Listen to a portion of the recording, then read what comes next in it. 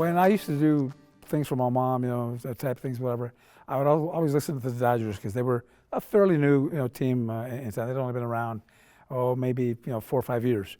And I'd listen to the games, and while I was waiting to do some typing for my mom, some form, some whatever it was, I would take notes on the game just because I loved the Dodgers. There was something new.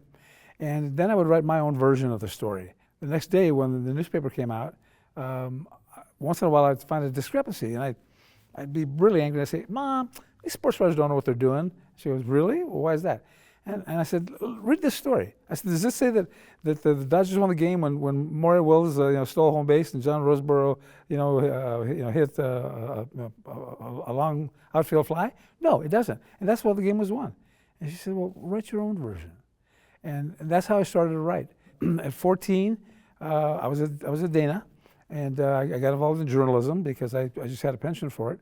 And one of my classmates was the brother of Van Barberi, who had been the sports editor of the News Pilot for many years. And one of his brothers took the Dana log home. He saw the story and he called my teacher and said, "Who wrote this stuff?" So he came and talked to me at school. And he says, "How'd you like to write for me?" I said, I can't. I'm 14 years old. I can't write for you. And he says, "I'm going to give you box scores from all the Pony League and Little League and Connie Mack baseball teams, and just give me a couple of inches of copy."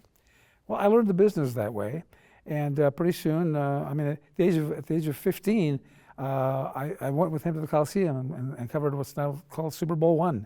And the next year, he flew me with him to Miami, and I covered what's now Super Bowl II. That was the original Super Bowl I. And so everything I've done is pretty much by doing. Right before I graduated from high school, he announced that he was going to be leaving. He was going to go work for Eileen Eaton, the Hall of Fame boxing promoter.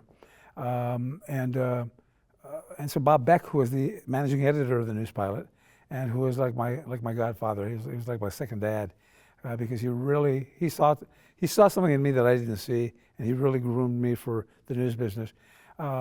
He calls me into his office and he says, "Hey, kid." They always called me kid because I was a kid. And he says, "Van's leaving." And I said, "Oh no, who am I going to work for?" And he says, "Well, I need a young, energetic sports editor." I said, "Well, who am I going to work for?" And he says, "Yourself." He goes, "I want to hire you." I said, I can't do that. I've got a 4-year scholarship to California Lutheran College, which is now a university. And I said, "Mama will kill me if I don't go to school."